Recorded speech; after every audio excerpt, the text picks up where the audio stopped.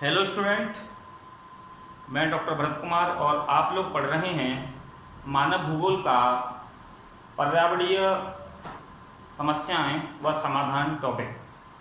हम लोग इस पर्यावरण वाले टॉपिक में अब तक वायु प्रदूषण के बारे में, जल प्रदूषण के बारे में, ध्वनि प्रदूषण के बारे में पढ़ चुके हैं और इसी में हमारा है अम्लीय वर्षा, एसिड रेन। अम्लीय वर्षा भी एक प्रदूषण है जो मुख्य रूप से मानव ही नहीं, जीव जंतु और पेड़ पौधों को प्रभावित करता है। अम्लीय वर्षा की हम लोग बात करेंगे तो सीधी सी परिभाषा है कि जब हमारे वायुमंडल में sulphur dioxide, sulphur monoxide, carbon dioxide तथा नाइट्रोजन जैसे ऑक्साइडें दूषित भाग से प्रभावित होकर के वायुमंडल में जाती हैं और वहाँ पर क्रियाएं करती हैं, तो उन क्रियाओं के कारण अनेक दूसरी प्रकार की ऐसी गैसें बन जाती हैं जो मानव के लिए हानिकारक होती हैं और वो गैसें जल के माध्यम से या वर्षा के रूप में धरातल पर प्राप्त होती हैं। जैसे कि हम लोग जानते हैं कि शुद्ध जल की pH वैल्यू 7 होती है, लेकिन जो एसिड रेन, जो अम्लीय वर्षा होती है, उसकी pH वैल्यू 5 से लेकर के 2.5 तक मानी गई है। ये जो pH वैल्यू जो 5 से लेकर के 2.5 मानी गई है, ये एसिड रेन के अंतर्गत आती है। अगर हम लोग अम्लीय वर्षा के बारे में बात करेंगे तो अम्लीय जो वर्षा होती है, इसका जो मुख्य स्रोत होता है वह विभिन्न प्रकार के उद्योग धंधे और विभिन्न प्रकार के विविध उत्पादन क्षेत्र या परिवहन के साधन जिनसे धुआं निकलता है, वो भी एसिड रेन में सहायक होते हैं। इनमें कार्बन डाइऑक्साइड, सल्फर डाइऑक्साइड और नाइट्रोजन ऑक्साइड जैसी गैसें प्रमुख होती हैं जो कि एसिड रेन को बनाने में सहायक मानी जाती हैं। अगर हम लोग सामान्यतः बात करेंगे तो 60 से 90% औसत जो एसिड रेन होती है या अम्लीय वर्षा होती है वह H2SO4 या सल्फ्यूरिक अम्ल के माध्यम से होती है और 30 से 40% के लगभग वर्षा जो होती है वो HNO3 यानी कि नाइट्रिक अम्ल के माध्यम से होती है। तो अधिकांशतः देखा जाता है कि हमारे वायुमंडल में कार्बन डाइऑक्साइड, सल्फर डाइऑक्साइड और नाइट्रोजन ऑक्साइड से एसिड रेन होती है। अब मोस्टली अगर हम लोग देखेंगे तो जब हमारे वायुमंडल में SO2 प्लस H2O यानी कि सल्फर डाइऑक्साइड और हाइड्रोजन ऑक्साइड जैसे जब तक आपस में मिल जाते हैं तो ये H2SO4 यानी कि सल्फ्यूरिक अम्ल का निर्माण कर लेते हैं जो कि वायुमंडल में हानिकारक माना जाता है।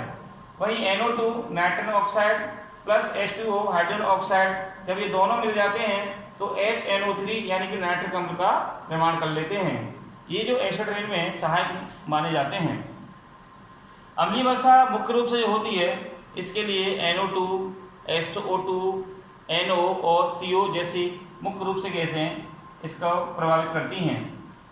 अगर हम लोग एसिड रेन के बारे में बात करेंगे तो सामान्यतः जब मानसून आगमन होता है और मानसून आगमन में जो पहली वर्षा होती है उस समय ये सारे के सारे हानिकारक जो गैसें होती हैं वो जल के माध्यम से धरातल पर प्राप्त होती हैं। उस समय एसिड रेन की जो pH वैल्यू है वो 5 से लेकर के 2.5 के बीच में होती है। अगर एसिड रेन की हम लोग बात करेंगे तो अम्लीय वर्षा होने के अनेकों कारण हैं। जैसे पहला कारण है कि अगर हम लोग अम्लीय वर्षा को देखेंगे तो SO2 और NO2 खास करके उद्योग धंधों क्षेत्रों में या उत्पादन क्रियाओं के माध्यम से निकलते हैं और वायुमंडल को जाकर के ये प्रभावित करते हैं जिससे कि एसिड रेन होती है।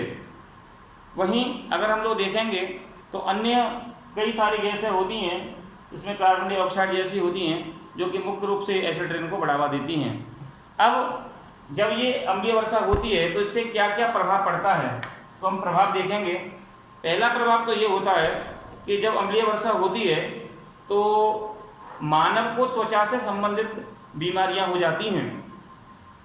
वहीं अगर हम लोग देखेंगे तो तो इस एसिड रेन के माध्यम से 8% के लगभग वनस्पति भी प्रभावित होती है। वहीं जल स्रोतों की बात करेंगे तो तालाब, झील और नदियाँ, इनका जो जल होता है वो भी एसिड रेन के माध्यम से प्रभावित होता है और जल दूषित होने लगता है। वहीं जब इन जलीय भागों में मत्स्य पालन का कार्य किया जाता है तो मत्स्य क्षेत्र भी इनसे प्रभावित होता है। वनस्पति के ऊपर जब एसिड रेन पड़ती है तो मोम की तरह अम्ल छाने लगता है, जिससे वनस्पति का ह्रास होने लगता है। तो इस प्रकार से ये अम्लीय वर्षा कई प्रकार से मानव, वनस्पति, जीव जंतु और जल को प्रभावित करती है। अब हम लोग बात करेंगे कि अम्लीय वर्षा को रोकने के कौन कौन से उपाय हो सकते हैं। तो सीधा सा मतलब ये है कि जितने भी परिवहन के वे साधन होते हैं जो कि कार्बन डाइऑक्साइड और कार्बन मोनोऑक्साइड जैसी गैसों का अधिक उत्सर्जन करते हैं, उन पर हमें रोक लगानी चाहिए या कम से कम उत्सर्जन करें। और ख़ास करके ऐसे उद्योग धंधे जहाँ पर अधिकांशतः कार्बन डाइऑक्साइड का उत्सर्जन होता है वहाँ पर भी हमें क्या कटौती करनी चाहिए। ऐसे जल के क्षेत्र जहाँ अम्लता ज़्यादा बढ़ गई है, एसिड ज़्यादा बढ़ गया है, वहाँ पे हम लोग चूना डाल करके उस अम्लता को या एसिड को कम कर सकते हैं।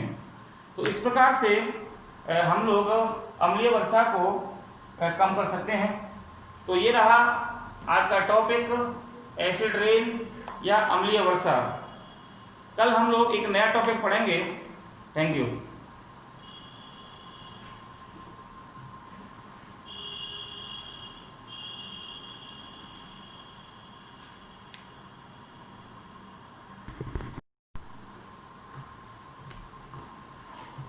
अगर हम लोग बात करेंगे मृदा प्रदूषण के बारे में, तो प्रदूषण के अंतर्गत मृदा प्रदूषण भी आती है।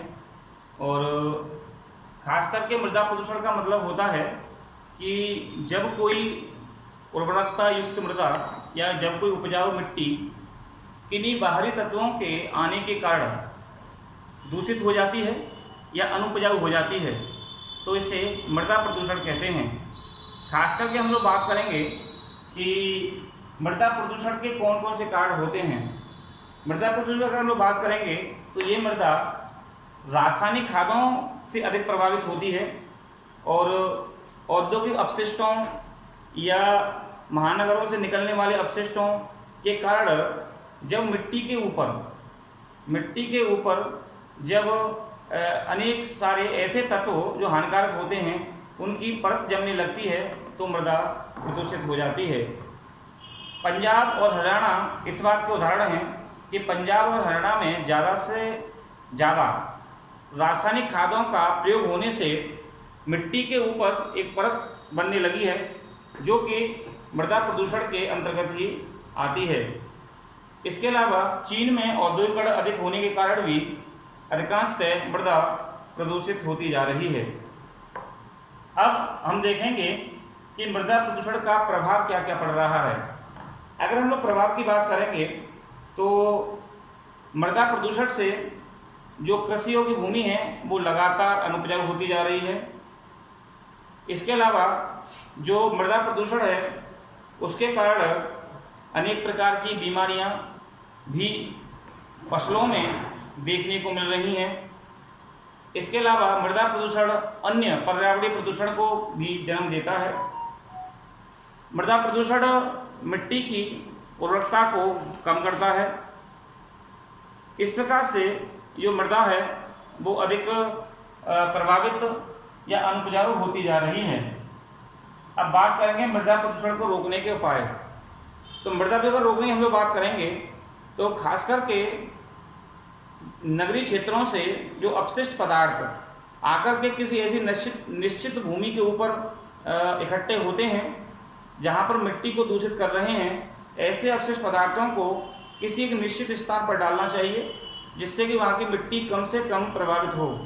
वही पंजाब और हरियाणा में जिस प्रकार से किसान रासायनिक खादों का उपयोग कर रहे हैं, वहाँ पर रासायनिक खादों के स्थान पर जैविक खाद का ज़्यादा से ज़्यादा हम लोग उपयोग करें तो मिट्टी की उर्वरकता शक्ति भी बनी रहेगी और मिट्टी कम दूषित होगी।